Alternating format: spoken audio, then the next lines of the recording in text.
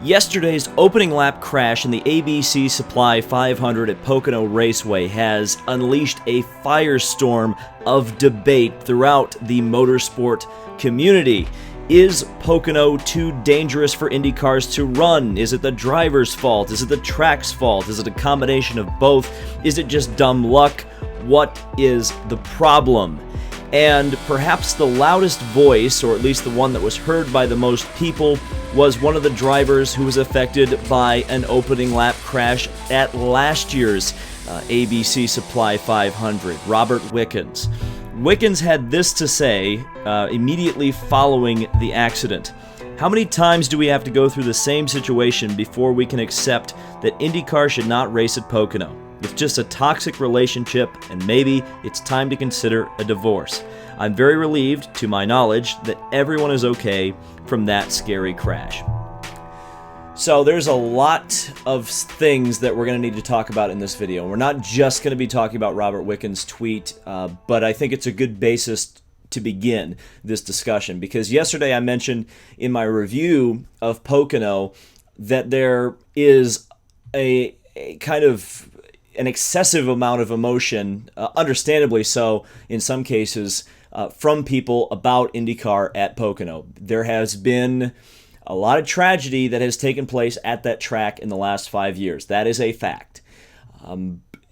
But, you do have to take into account things that are said immediately after an accident. I even caught myself doing this, throwing blame at things like Takuma Sato when maybe it wasn't 100% him to blame. Now, Robert Wickens' opinion, I value very highly. I think especially because he is so positive on social media, him coming out with something that is that direct, that pointed, and frankly that negative about something says a whole lot. At the same time, I think a lot of people have misinterpreted it as an objective fact, what Robert Wickens stated there. And, unfortunately, it is an emotional response, what that tweet is, especially, using some of the buzzwords like toxic relationship, which seems to imply abuse. And I think absolutely Robert Wickens has every single right to feel that way, to feel that he has been, because he honestly has been by that track. I mean, it's literally taken the use of his legs, possibly for life. Obviously he's working to recover some of that motion that he had before his spinal cord injury, but he's probably never going to be at 100% again. I mean, I understand if he never wants to step foot in that track again. I bet Robert Wickens wouldn't be disappointed at all if they bulldozed, Pocono Raceway tomorrow and they built, a field of solar energy things. He would not care, and I don't blame him at all. And also, I'm very happy that he spoke up. I want more drivers to speak up if they feel something is not up to standard, or if something isn't right, or if something is bad, something is wrong. I think it's a healthy thing for the sport. You don't want them speaking up on every little issue, but when it's a big issue, like if a driver feels like a track is unsafe, I think absolutely they should be speaking up. Wickens was not the only one, the only driver to speak out on this. We also had Sage Karam say that IndyCar shouldn't be at Pocono. Now, that's interesting because, of course, he is a Pennsylvania resident, and he would be essentially speaking to his hometown crowd. And also Max Chilton. Those three drivers, I believe maybe Stefan Wilson as well, kind of alluded to the fact that they probably shouldn't race to Pocono, but I don't think he was quite as direct as the other three were. And then you had drivers on the other end of the spectrum, drivers who were in the race yesterday, Ed Carpenter, Scott Dixon, Will Power, Simon Pagenaud, come out of the race yesterday with positive things to say about Pocono, and that they hope to come back to Pocono next year. And I think a lot of people are going to be pointing out already in the comment section that the four drivers I listed that were against Pocono were not in the race, and to a certain extent, all of them have pretty personal reasons for not being there. You've got Robert Wickens, obviously, was injured last year. Max Chilton stepped away from the ovals after Indianapolis, citing reasons of risk management. You've got Sage Karam, who, of course, was the cause of the accident with Justin Wilson that took his life. And, of course, Stephen Wilson, I think, say no more, the brother of Justin, affected by that very same accident. Again, there are a lot of emotions here. And even though those drivers weren't in the Pocono race yesterday, they have been, all four of them, within the last 12 months, raced an IndyCar on a superspeedway at a professional level. So I don't think their opinions are any less valid, and in fact, they probably match up with a lot of drivers in that field that, for one reason or another, are unable to share their opinions fully because their sponsors or their team owners or the series will get angry with them. I think the smart money would be probably with the drivers, at least what we've seen. I mean, we've got 4 for and 4 against publicly, by my count. So that's 50-50. It's a 50-50 split amongst the drivers whether or not IndyCar should be at Pocono. So let's talk about kind of broader issues here, because there are quite a few things that we need to kind of discuss and kind of break down to understand whether or not IndyCar should continue to race at Pocono. I'm going to play this one pretty down the middle. I'm going to give you both sides, the positives and negatives. I'm going to say things that need to be fixed with the track. I'm going to say things that need to be fixed with the cars, things that need to be fixed with the drivers. I'm going to try to get all the information out there and be as informative as possible in this video, because I think it's important that we have a rational discussion about this, because again, there's so much emotion packed into this, again, understandably so, but I think it's clouding some people's judgments when looking at some of the facts. So since IndyCar's return in 2013 to the Pocono Raceway, there have been 4 serious crashes. We had in 2015 Justin Wilson and Charlie Kimball. One of those was, of course, a fatal accident. Then, of course, 2018 with Robert Wickens. And this most recent year, the big pileup, which ended up with Felix Rosenqvist in the catch fence. Now, let's get to the elephant in the room, because the fatal accident of Justin Wilson is probably the thing that has painted Pocono this entire time in a really negative light. Every time IndyCar has come there since, there has been apprehension. I mean, I have been every year since 15, so I have seen this. Every single year, there's apprehension in the garage area. There are, you have conversations with people and you talk. Well, I hope the race is safe. This is a thing that's been going on. So and when bad things have happened now at Pocono, it's all framed around Wilson's crash. And here's the thing. And there have been some journalists and some bloggers who really should know better, who have been blaming the track for Justin Wilson's death. And yes, the death did happen at Pocono. And yes, it's probably more likely that someone is going to get struck in the head on a high-speed oval because the cars are going to break apart more.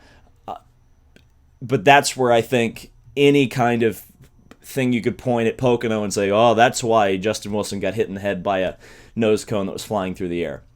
I think if you're going to blame anything on that, you can blame the aero kits that were too complex and had too many parts that could break away, the fact that the nose cone was not tethered to the car, which has been rectified since, and the fact that there wasn't a halo or a windshield or a halo shield like they're actually going to implement next year on the car when Justin Wilson was fatally struck in the head.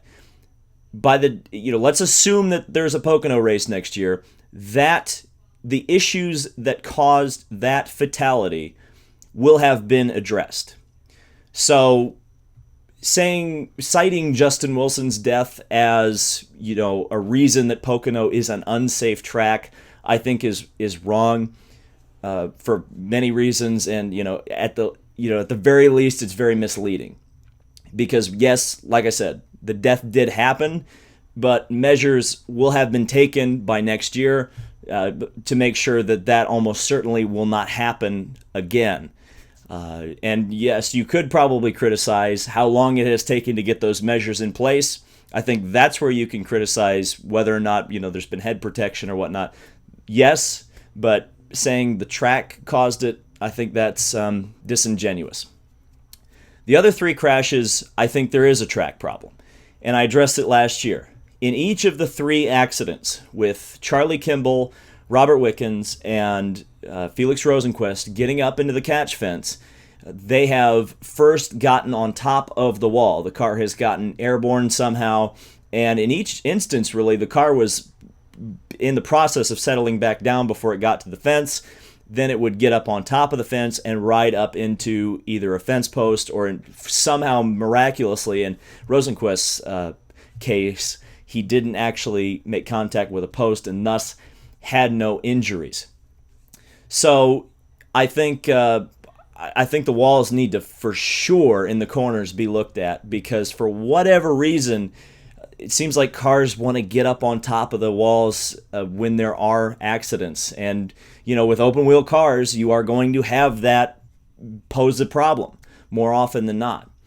And, a lot of people, and I don't want to blame the track too much, but at the same time, a lot of people have been blaming the drivers, saying things like, oh, well, the drivers should have driven better or not taken that big of a risk. What was Sato doing? I know I even did that. And somebody said to me that I thought was very profound. The vast majority of auto racing accidents are indeed driver error. There are very few of them that are caused by a mechanical issue or a tire going down. In fact, it's unique when that happens. In fact, it happened in the race. A lot of people don't talk about it, but Spencer Pigot had a front wing fail and the car went into the wall. That was unique and exceptional, because you said, wow, okay, whoa, his car broke. How did he crash there? In the case of Takuma Sato, Ryan Hunter-Reay, and Alexander Rossi, that was a driver error. You go to Robert Wickens' crash. That was a driver error. Charlie Kimball spinning and crashing, driver error. Justin Wilson, driver error. Not on Justin's part, but on Sage Karam's part, which caused the debris to fly up in the air. So when you get down to it, why do driver errors result in injuries and really bad crashes at a place like Pocono when they don't at a place like Indianapolis? Now, this was another thing that I felt I really needed answers to. So I went to someone who I trust and I know would know the difference, or would be very knowledgeable of the situation. And this is kind of what I've managed to figure out between Indy and Pocono, because there's always that thing. It's like, oh yeah, well, turn 2 at Pocono is just like turn 3 at Indy, and they modeled that track exactly after turn 3. Yes, that is correct information, but it is very surface level. The bumps in turn 2 at Pocono are incredibly different than they are in turn 3 at Indianapolis. Turn 3 at Indianapolis is a very smooth corner. And the thing at Indianapolis that is different between Pocono, and this is something that I didn't even think about until I spoke to this person, was that think about the exit, or the entrance and exit to turn 1 at Pocono. It is a high banked, long radius corner that goes on to a straightaway, which I think is the Long Pond straightaway. I think is longer, or it might be slightly shorter than a straight at Indianapolis. So what happens is, because of the way that corner exit off of 1 and that straightaway before turn 2, which is the Indianapolis style corner, that causes the cars to, by the time they get a run to make a pass into 2, it's already the danger zone. They are already on the absolute limit. They can't just pull out and make a pass safely. It's always going to be a risk to try to pass in turn 2 at Pocono. And so, because of the current aero package, the way it is, it's not as stable for the drivers. Maybe it doesn't have enough downforce. Maybe produces too much turbulence, whatever. On the start of a race, you're going to see guys take way, way big chances, like we saw with Takuma and Ryan Hunter-Reay yesterday, because it may be the only time in the race where they're actually going to be able to make a pass on somebody by just simply out-braving them. And, and that ultimately, and think about the corner exit as well. I've always heard turn 2 at Pocono described more as a kink than it is a corner. You think turn 3 at Indianapolis, of course you think it's a corner, but I think I've seen some onboard footage, maybe with Marco Andretti describing the track, and he describes turn 2 as, just a kink. You just turn in and then go out, because it's a different, even though it's the same radius, it's a 90-degree corner, the straights and the next corner you're setting up for is totally different. And the straights are longer than, say, the short chute at Indianapolis. Even if it has the same geometry, it's a totally different animal. So what needs to be done for IndyCar to come back to Pocono if they want to pursue a race next year? I know there's going to be a lot of people who do not want that, but at the same time, if it happens, I think, I've come up with a few things that I think really need to be done. And these are things, again, that really frustrate me, because last year, I know I said this in the video where I talked about the Robert Wickens accident and what needed to be done. How could this be prevented? I'll tell you, I've said that these first 2 bullet points are verbatim what I said last year. Number 1, the walls need to be higher. In the corners especially, I would double the height of the safer barrier.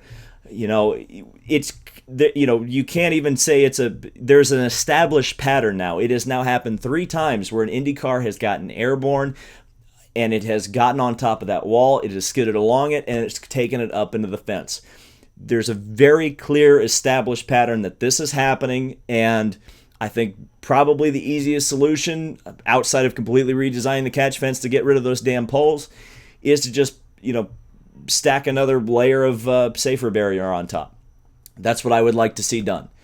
Very next thing, if something were to happen and a car does get into the fence, don't have some goddamn chicken wire to fix it with. I could believe it, but I didn't want to believe it, that they didn't have the proper fencing to fix. I mean, it's like, you're hosting an IndyCar race, the cars are running 240 miles an hour, and airplanes take off at 140 miles an hour. You need to almost prepare your safety crew to be able to respond to something like a plane crash. And you need to have the stuff to fix the damn fence. I mean, God forbid somebody hits the fence on the main straightaway. They have to repair it with that chicken wire, and then, somebody else hits it again. Is that really going to hold up? And it's ridiculous, because this is something that I literally said, and it wasn't just me. There were plenty of other people saying this a year ago. And nothing was done, despite the fact that the exact same crash happened once again. The space.start. I mentioned this already in my review, but I'll mention it here briefly for those of you who didn't get to see it. The starts the last 2 years, in my opinion, have been way too bunched up, way too slow, and it's just asking for trouble. They're just asking for the back guys in the field to just try to bunch up, get 7 wide for no reason, and then everybody piles into turn 1 and turn 2, and you get an accident like we saw the last 2 years. I would like to see a traditional Indy 500 start where you have the cars start 3 abreast but have 100 to 200 yards between the rows. Get the cars spread out and nice and safely started, and don't have any of this packed up crap, because honestly, I mean, it's not NASCAR. You can't do that with open wheel cars, especially on a super speedway, and expect it to be safe. I would like to also see more balanced aerodynamics. It's pretty clear that the cars, as we've heard, are difficult to pass at Pocono, and drivers have to take chances on starts and restarts. And a lot of times when drivers take chances, there are big crashes, and big crashes in IndyCar have big consequences. So I'd like to see the car. I would like to see the Universal Aero Kit completely redesigned so that, I don't care how it looks anymore. I want the car to function for the drivers. Put it in their hands, truly put it in their hands, and let them have a car that they can actually perform at their very best all the time. And I think we'll see a hell of a lot of less bad crashes. I would also advocate for expanding Pocono to a 3-day weekend.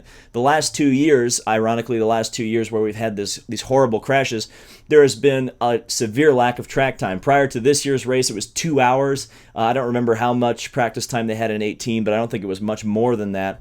Not a lot of practice time means the drivers are going to be uncomfortable. They're not going to feel like they have a good grasp on the track. And yeah, it's a 500-mile race, but that doesn't mean a whole lot on the first lap. If they're going in there with 2 hours and 30 seconds of track time, it's not going to be enough. I think they should show up on Friday, run a full practice day, then qualify and have a couple practice sessions on Saturday. Have the drivers and teams fully prepared, have their setups nailed down, know where they stand on their cars before that 500-mile race. I think a 2-day 500-mile race weekend is probably one of the things that has contributed to some of these crashes that we have seen. And finally, I wasn't able to confirm this, so take this as a rumor right now, but apparently there were not spotters in Turn 2. There was only one set of spotters on top of the main grandstand, and there weren't any other spotters around the track. Now, you can see all the way around the track at Pocono, but it is a 2.5-mile super speedway. These cars are traveling incredibly fast, and the drivers need to know if they're clear or not. If that is true and there were not spotters in Turn 2, it may explain a hell of a lot about what happened in Turn 2 on Lap 1 with drivers not really being aware of where they were on the track and making contact. So, there we go. If it's coming back, that's a big list of things that need to be done, but I think that would be a great way to ensure that you're going to have a safe 2020 or as safe as humanly possible 2020 event. And also, you'll have the Halo Shield next year, so the heads will be protected. Almost certainly there won't be a Justin Wilson style accident. So I want to conclude here. So there are positives to staying at Pocono. There really are. I'm not going to sugarcoat it. It's a unique track. It really is. It's an amazing track to watch Indy cars on. And because it's a super speedway, and that's another point, is that, Indy cars on super speedways, it's absolutely spectacular to watch cars race around at 240 miles an hour. It's great spectating. It's an oval. That's another thing. We're starting to run out of ovals where Indy cars can run. I think you really should try to maintain positive relationships with the ovals. It's a 500-mile race. If it leaves, there'll be only one 500-mile race left, and it'll be the Indy 500, and that's a little bit disappointing. The actual crowd has, again, someone who's gone since 2015, the crowd has gone up every year. I think the crowd was very solid this year, all things considered. And, it would be disappointing to see the crowd go away, or that Northeast crowd. I mean, that's another big thing. 2 hours from New York City. It's an important market for sponsors. You need a track. You need something around there to schmooze some, New York-based sponsors. And finally, the TV rating was the best it's been since 2017 of any race on NBC Sports Network. People are buying this product, whether you like it or not, unfortunately. But that being said, I think the most important people's opinions on this that IndyCar needs to consider, they need to talk to the drivers first, the current ones first, the 22 drivers who were in this field, get their real opinion, find out exactly how they feel about it. Then go to some of the drivers who weren't participating but obviously have a good sense, like a Robert Wickens. Find out exactly how they feel, even though Robert's obviously already let his feelings known. Find out how all the drivers feel, maybe some former drivers like Rick Mears or AJ Foyt or somebody like that, and get a good sense of whether or not you should continue from that perspective. Look at the owners. Ask them if they feel like the risk is justified from a monetary perspective. That was probably $1 million worth of crash damage on lap 1. Then go to the sponsors. See if they're comfortable with running Pocono. Is it too much of a risk? Is the bad PR from a bad crash something that could impact business or impact their sponsorship? And if all those people say, hey, look, it's not worth the risk anymore, or a majority of them say it, you've got an easy out because the rumors are already out there that this race is getting replaced by Richmond anyway. So you can leave the track, you can leave Pocono in the dust, and you don't have to set a bad precedent of leaving a track because it's, quote, too dangerous or had too many dangerous crashes. Because if you start doing that, people are going to start looking into the history of Indianapolis or Mid-Ohio or whatever, and will find reasons to shut racetracks down or keep IndyCar from racing at certain racetracks for X, Y, and Z reasons. So, a very heavy video. I hope I've explained things as well as I possibly could have. And let me know your thoughts down in the comments. Thank you guys so much for watching. This has been David Land on YouTube, and as this thing develops, I'll keep covering it. We'll see you in the next video.